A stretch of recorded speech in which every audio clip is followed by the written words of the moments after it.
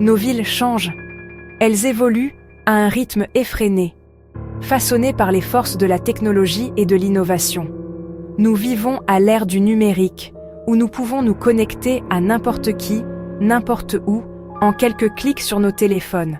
Les distances se réduisent, et le monde semble plus petit et plus accessible. C'est une époque d'innovation incroyable. Les technologies émergent à un rythme sans précédent, transformant chaque aspect de notre vie quotidienne. Mais cette révolution numérique transforme également le visage de nos villes, et pas toujours pour le mieux. Les rues, autrefois animées, deviennent silencieuses, les magasins ferment leurs portes. Nous assistons à l'essor des villes fantômes numériques. Les espaces publics se vident, remplacés par des interactions virtuelles. Ce sont des endroits où les espaces physiques se désertifient, alors même que l'activité en ligne explose. Les centres commerciaux autrefois bondés sont maintenant des lieux de solitude. Les commerces ferment, les rues sont plus calmes et les gens restent de plus en plus chez eux, rivés à leurs écrans. La vie sociale se déplace vers le virtuel, laissant un vide dans nos environnements urbains. Cet essai explorera l'impact de la numérisation sur nos environnements urbains.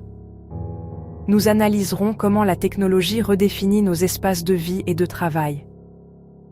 Nous examinerons le déclin des commerces traditionnels, les petites entreprises qui luttent pour survivre face à la montée des géants du commerce en ligne.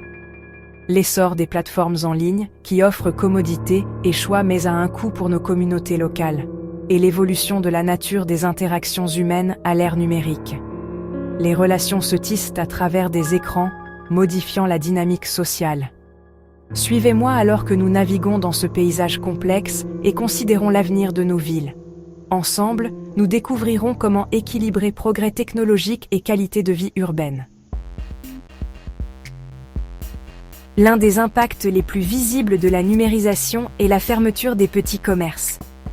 Ces petites entreprises, autrefois florissantes, sont maintenant en difficulté.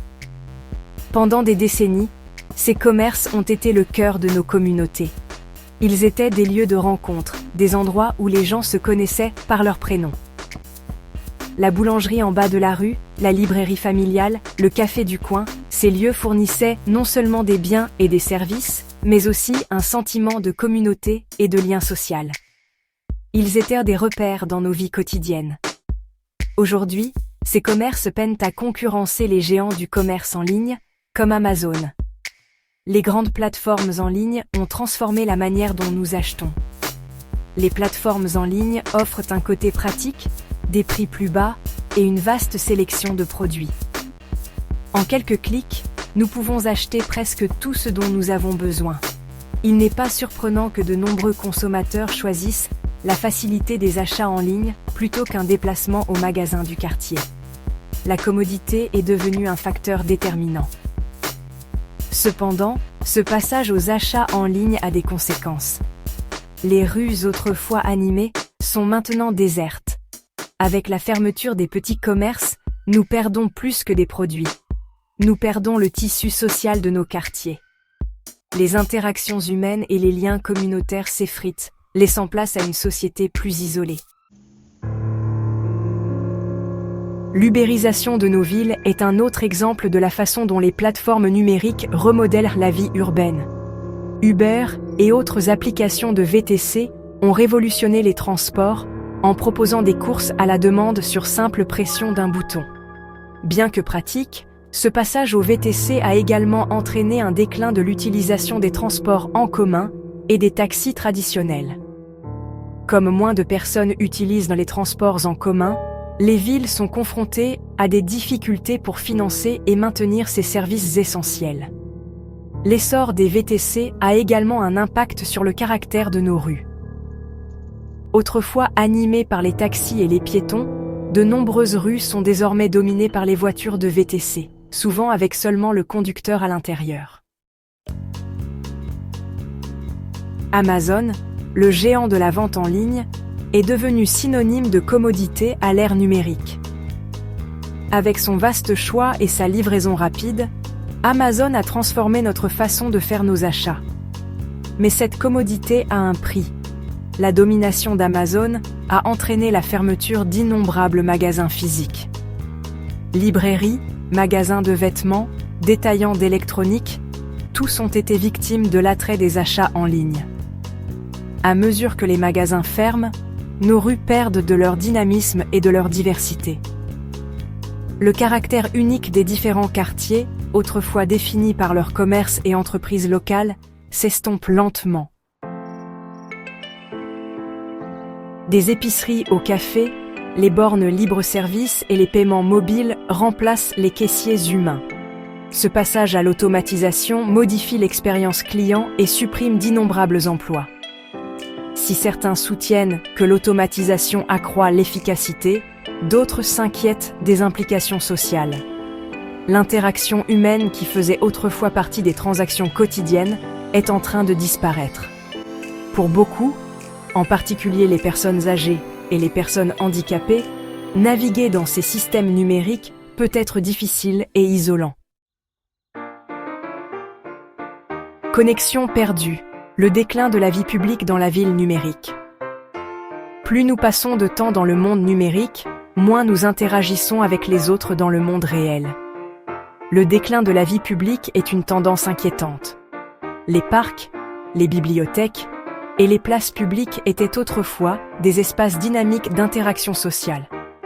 Aujourd'hui, il est courant de voir des gens rivés à leur téléphone, inconscients de ceux qui les entourent.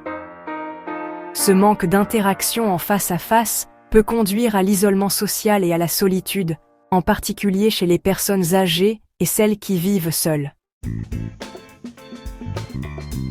Villes intelligentes, citoyens plus intelligents? La promesse et le danger de la technologie urbaine. L'essor des villes intelligentes est une autre caractéristique de l'ère numérique. Les villes intelligentes utilisent la technologie pour améliorer les services urbains, de la gestion du trafic à l'élimination des déchets. Des capteurs, l'analyse de données et l'intelligence artificielle sont déployés pour rendre les villes plus efficaces et durables. Cependant, le mouvement des villes intelligentes soulève également des inquiétudes concernant la vie privée, la surveillance et la fracture numérique. Fracture numérique, les inégalités à l'ère des villes intelligentes. Si la technologie a le potentiel de profiter à tous, tout le monde n'y a pas un accès égal. La fracture numérique désigne l'écart entre ceux qui ont accès à la technologie et ceux qui n'y ont pas accès. À l'ère des villes intelligentes, cette fracture devient de plus en plus apparente. Ceux qui n'ont pas accès à la technologie risquent d'être laissés pour compte, incapables de participer pleinement à l'économie et à la société numérique. Combler la fracture numérique est essentiel pour garantir que chacun puisse bénéficier des progrès de l'ère numérique. Reconquérir la ville, équilibrer l'innovation numérique et les besoins humains. Dans notre monde moderne, la technologie évolue à un rythme effréné, transformant nos villes en hubs de connectivité et d'innovation. La révolution numérique présente à la fois des défis et des opportunités pour nos villes.